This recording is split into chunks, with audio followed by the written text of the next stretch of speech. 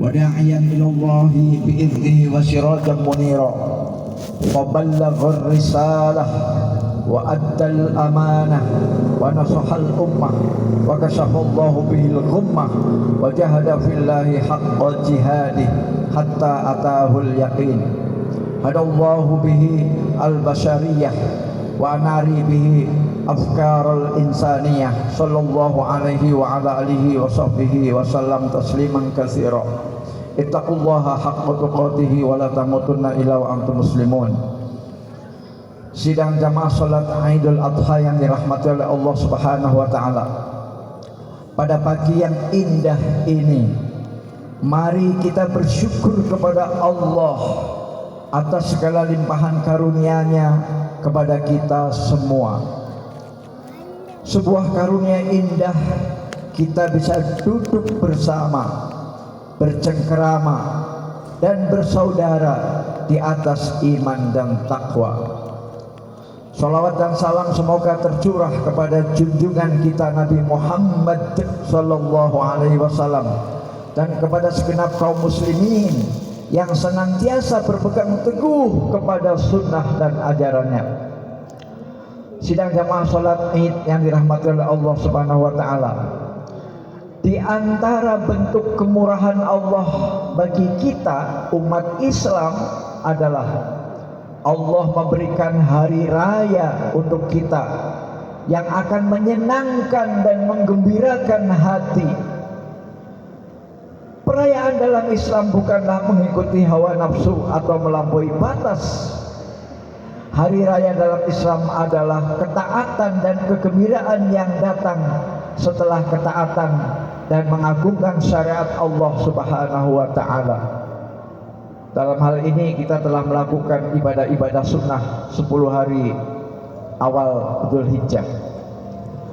Hari raya adalah hiburan bagi jiwa, meskipun ada kesusahan dan kesedihan, untuk memperbaharui keimanan pada pertolongan Allah sebagaimana firman-Nya, Inna ma'al usri yusra.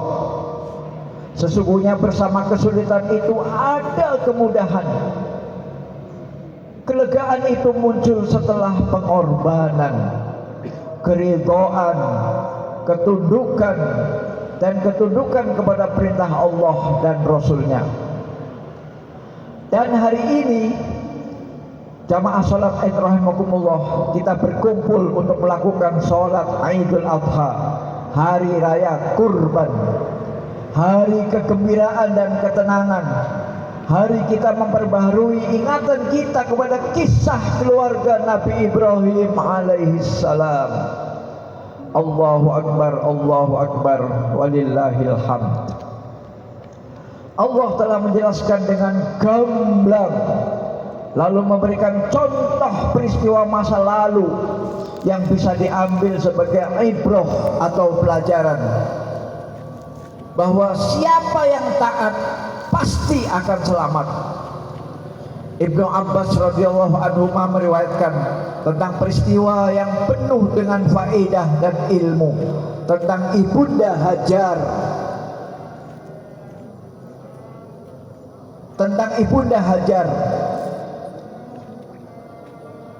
Sebagaimana diriwayatkan oleh Imam Bukhari, yang artinya Nabi Ibrahim alaihissalam membawa Hajar dan putranya Ismail yang masih disusuinya, hingga Ibrahim alaihissalam menempatkannya di tempat yang nantinya akan dibangun Baitullah di Mekah, yang kala itu tidak ada siapapun, tidak ada air, tidak ada tanaman.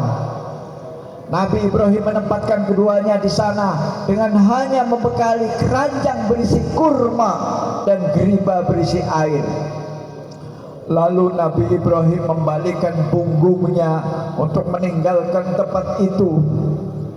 Hajar mengikuti Nabi Ibrahim dari belakang dan bertanya, "Wahai Ibrahim, dan kemana engkau pergi? Kenapa engkau meninggalkan kami di lembah yang tidak berpenghuni dan tidak ada apapun di sini?" Hajar mengucapkan kata-kata tersebut berulang kali. Namun Nabi Ibrahim tidak juga menjawabnya. Lalu Hajar bertanya, apakah Allah yang memerintahkan hal ini kepadamu? Nabi Ibrahim menjawab, ya, benar. Atas jawaban itu Hajar berkata, kalau begitu Allah tidak akan menyia-nyiakan kami. Kemudian Hajar kembali ke tempat semula. Sidang jemaat rahimakumullah. Sampai di sini kita renungi betapa Ibrahim alaihissalam merespon setiap perintah Allah dengan taat tanpa tapi dan taat yang tanpa syarat. Tidak sebagaimana orang yang lemah imannya, ketika diperintah untuk taat maka akan minta banyak syarat dan akan banyak mengutarakan alasan dengan kata tapi. Sebagian lagi mau melakukan ketaatan asalkan dia mendapatkan keuntungan duniawi. Hal tersebut menunjukkan tipisnya keyakinan bahwa apa yang Allah perintahkan pastilah baik akibatnya. Kita juga bisa membayangkan betapa Hajar alaihissalam adalah seorang istri yang tidak hanya taat, namun juga memiliki prasangka baik terhadap Allah. Ucapan beliau, kalau begitu Allah tidak akan menyia-nyiakan kami, bukanlah ungkapan putus asa, melainkan sikap optimis dan menunjukkan rasa lega bahwa pilihan Allah pastilah baik akibatnya. Beliau pasrahkan nasibnya kepada Rabb-Nya yang menjamin rizkinya, sebagaimana Ibrahim juga memasrahkan nasib keduanya kepada Rabb-Nya yang memelihara keduanya. Salat jamaah salat Id yang dirahmati oleh Allah, Nabi Ibrahim alaihissalam beranjak pergi. Hingga ketika sudah berada di jalan perbukitan dan tidak terlihat lagi oleh Hajar dan putranya, beliau menghadapkan wajahnya ke tempat yang nantinya didirikan Baitullah. Lalu beliau mengangkat kedua tangannya sembari memanjatkan, Rabbana inni askantu min dzurriyyati biwadin ghairi dzi zar'in 'inda baitikal muharram rabbana liyuqimus salata faj'al af'idatan minan nasi tahwi ilaihim warzuqhum minas samarati la'allahum yashkurun. Ya Rabb kami, sesungguhnya aku telah menempatkan sebagian keturunanku di lembah yang tidak mempunyai tanaman di dekat rumah Engkau Baitullah yang dihormati. Wahai Rabb kami, yang demikian itu agar mereka mendirikan sholat, maka jadikanlah hati sebagian manusia cenderung kepada mereka dan beri rizkilah mereka dari buah-buahan. Mudah-mudahan mereka bersyukur. Surat Ibrahim ayat 37. Sidang salat Id yang dirahmati oleh Allah Subhanahu wa taala. Ketika perbekalan air telah habis, Ismail mulai merasa kehausan. Hajar menatap putranya yang merengek-rengek. Karena tidak sanggup melihat putranya, Hajar lari meninggalkan putranya menuju Bukit Sofa, bukit terdekat darinya. Ia berhasil naik, lalu sambil menerawang lembah yang baru saja ia tinggalkan, berharap ada orang lain yang tampak di sekitar sana. Ternyata tidak ada seorang pun selain mereka berdua. Ia turun dari Bukit Sofa dan terus berlari kecil menyusuri lembah.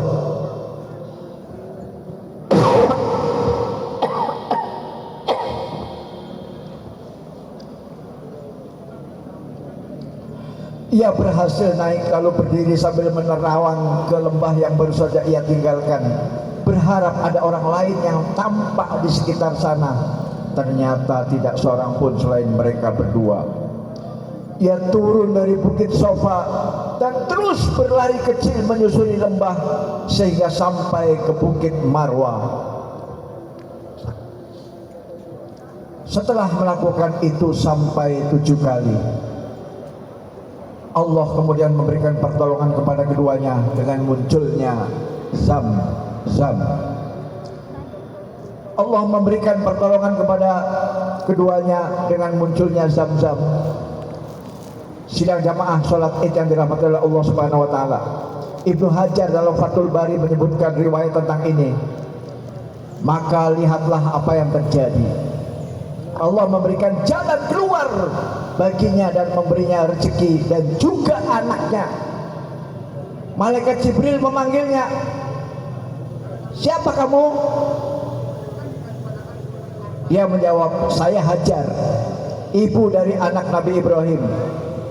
Jibril bertanya, "Kepada siapa kalian berdua bertawakal?" Hajar menjawab, "Kepada Allah." Malaikat Jibril mengatakan, "Kalian telah bertawakal kepada Allah yang maha memberi kecukupan." Itulah asal mula sa'i. Manusia yang berhaji, salah satu kewajibannya adalah bersa'i dari Sofa ke Marwah. Allahu Akbar, Allahu Akbar, Allahu Akbar, walillahil hamd. Inilah tawakal yang benar, yang menyertakan ikhtiar yang benar dan sungguh-sungguh dalam tawakalnya, sebagaimana yang dialami oleh Nabi besar Muhammad sallallahu alaihi wasallam sepanjang perjuangannya menegakkan Islam. Betapapun beliau sangat dekat dengan Allah, maka pertolongan Allah datang setelah beliau terusir dari negerinya, tergores batu terjal ketika berhijrah, berdarah-darah dalam jihad fisabilillah, dan berbagai macam rintangan yang beliau hadapi sepanjang hayatnya. Betapapun beliau adalah orang yang yakin akan pertolongan Allah, paling kuat tawakalnya kepada Allah, tetap saja beliau menempuh sebab atau ittikhadul asbab untuk mendapatkan keselamatan dan kemenangan.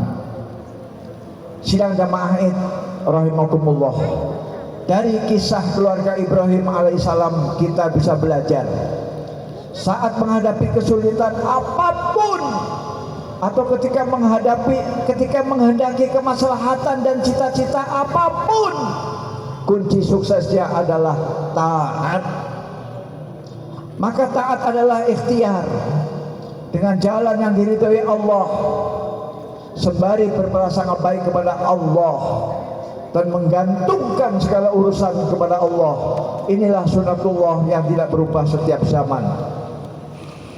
Figur anak yang soleh dan solehah ialah mereka yang tidak menuntut banyak dari orang tuanya, selalu berbakti kepada orang tua dan membantu dikala sedang dilanda kesulitan. Nabi Ismail merupakan cerminan kesabaran yang abadi, rela berkorban demi ketaatan kepada Allah Ta'ala, sehingga Allah angkat derajatnya menjadi seorang nabi yang diabadikan dalam Al-Quran surat Maryam ayat 54. A'udzubillahi minasyaitonirrajim. Wadhkur fil kitab Ismail innahu kana shadiqal wa'di wa kana rasulan nabiyya. Dan ceritakanlah Muhammad kepada mereka kisah Ismail yang tersebut dalam Al-Quran. Sesungguhnya ia adalah seorang yang benar janjinya dan dia adalah seorang rasul dan nabi. Surat Maryam 54. Pembentukan karakter wanita yang solehah dan anak yang penyabar tidak terlepas dari pengajaran seorang ayah. Nabi Ibrahim memberikan contoh yang kompleks tentang cara mendekatkan keluarga kepada ajaran-ajaran Allah. Ketika keluarga sudah mengenal Allah, jangankan air mata dan darah, nyawa pun rela dikorbankan demi mencapai cintanya Allah Ta'ala. Hal itu tercermin ketika Ismail rela mengorbankan jiwanya untuk disembelih demi ketaatan terhadap perintah Allah. Kemudian disyariatkannya kurban adalah untuk mengajarkan kepada setiap muslim agar selalu mendekatkan diri kepada Allah Ta'ala, sebagaimana kisah Nabi Ibrahim dan keluarganya. Mari kita berdoa kepada Allah agar diberi kekuatan untuk meneladani keluarga Nabi Ibrahim dan untuk taat sampai akhir hayat. Allahumma salli ala Muhammad wa ala ali Muhammad kama sallaita ala Ibrahim wa ala ali Ibrahim innaka Hamidum Majid. Wa barik ala Muhammad wa ala ali Muhammad kama barakta ala Ibrahim wa ala ali Ibrahim fil alamin innaka Hamidum Majid. Allahumma ighfir lil muslimina wal muslimat wal mu'minina wal mu'minat al ahya'i minhum wal amwat innaka sami'un qaribun mujibud du'a ya qadiyal hajat. Rabbana zalamna anfusana wa illam taghfir lana wa tarhamna lanakunanna minal khasirin. Rabbana ighfir lana dhunubana wa israfana fi amrina wa tsabbit aqdamana wansurna 'alal qaumil kafirin. Rabbana ighfir lana wa li ikhwanina alladzina sabaquna bil iman wa la taj'al fi qulubina ghillan lil ladzina amanu rabbana innaka ra'ufur rahim. Rabbana atina fid dunya hasanah wa fil akhirati hasanah wa qina adzabannar. Subhana rabbika rabbil izzati amma yasifun. Wassalamun alal mursalin walhamdulillahi rabbil alamin. Assalamualaikum warahmatullahi wabarakatuh.